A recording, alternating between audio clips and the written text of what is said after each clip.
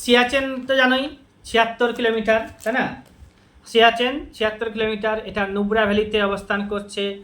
আমাদের যে কারাকোরাম আছে, কারাকোরামের হচ্ছে দীর্ঘতম এটা হিমবাহ, কারাকোরামেই অবস্থান করবে, এটা দীর্ঘতম হিমবাহ। আর এটা কিন্তু হিমালয়ের নয়, সিয়াচেন কিন্তু হিমালয়ের নয়, এটা মনে রাখতে হবে।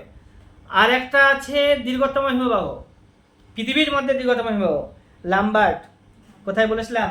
এই লাম্বার্ট দেখা যাচ্ছে, ওখানে গোল করে দেওয়া আছে কলমের কালিতে, সাদার মধ্যে কলমের কালি দেওয়া আছে না, ওটা হচ্ছে লাম্বার্ট হিমবাহ।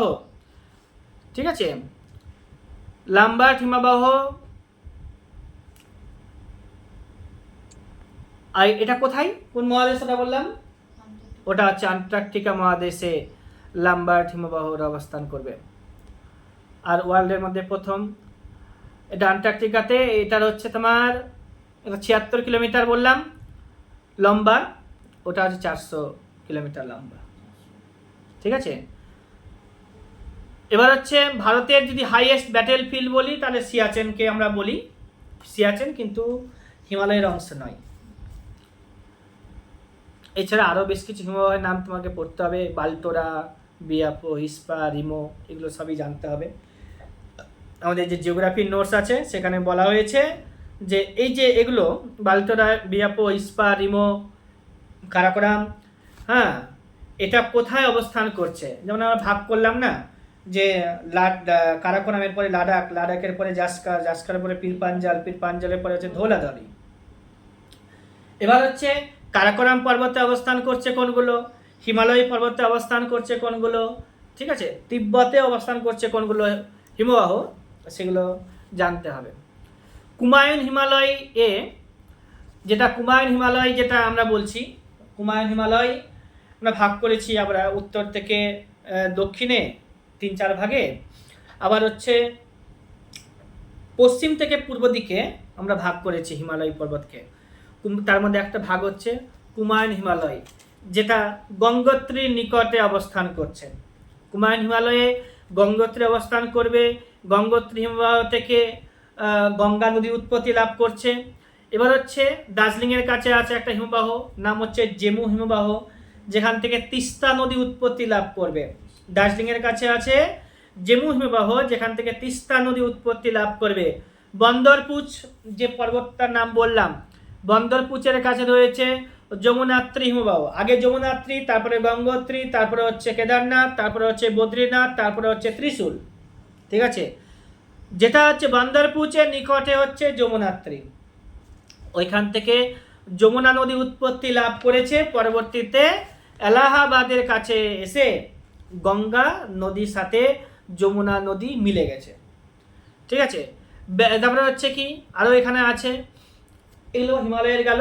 তারপরে হচ্ছে আমরা পড়লাম অনেক যে দক্ষিণতম বিন্দু, যেটা হচ্ছে তোমার কন্যাকুমারী, এটা হচ্ছে মেইনল্যান্ডের ওইদিকে হচ্ছে তোমার কি ইন্দিরা পয়েন্ট, এরকমই এটা নিকোবর দ্বীপপুঞ্জে রয়েছে। এবার হচ্ছে কি তোমার কি ব্যারেনের নাম শুনেছো?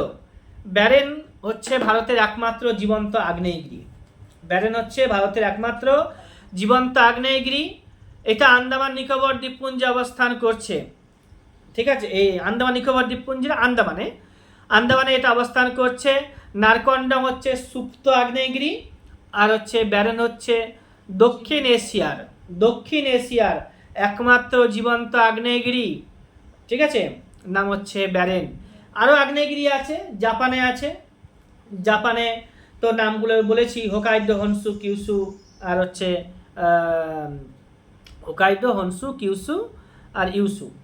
ঠিক আছে, ওগুলোতে আবার আছে ফুজিয়ামা, জাপানে আছে হনসু দ্বীপে। নারকন্ডম সুপ্ত আগ্নেয়গিরি, আর হচ্ছে ব্যারেন হচ্ছে জীবন্ত আগ্নেয়গিরি, দক্ষিণ এশিয়ার একমাত্র জীবন্ত আগ্নেয়গিরি।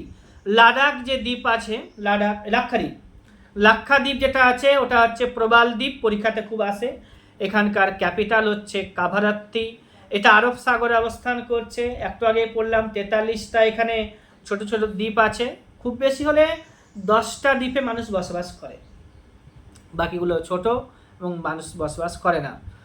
ঠিক আছে, এই লাক্ষাদ্বীপ ভারতের কবজাতেই আছে। ভারত যেদিন থেকে স্বাধীনতা লাভ করেছিল সেদিন থেকে লাক্ষাদ্বীপ ভারতের কবজাতে আছে।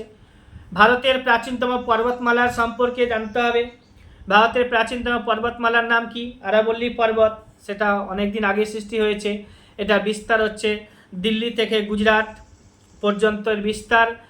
এটা এখানে যে অবস্থিত গুরু শিখর পর্বত আছে, হ্যাঁ, সেটা মাউন্ট আবুতে অবস্থান করবে। এছাড়া আমাদেরকে পড়তে হবে কি, ওইখান থেকে লুনি নদী আর মাহি নদী, কোথা থেকে? এই আরাবল্লী পর্বত থেকে লুনি নদী আর মাহি নদী উৎপত্তি লাভ করেছে।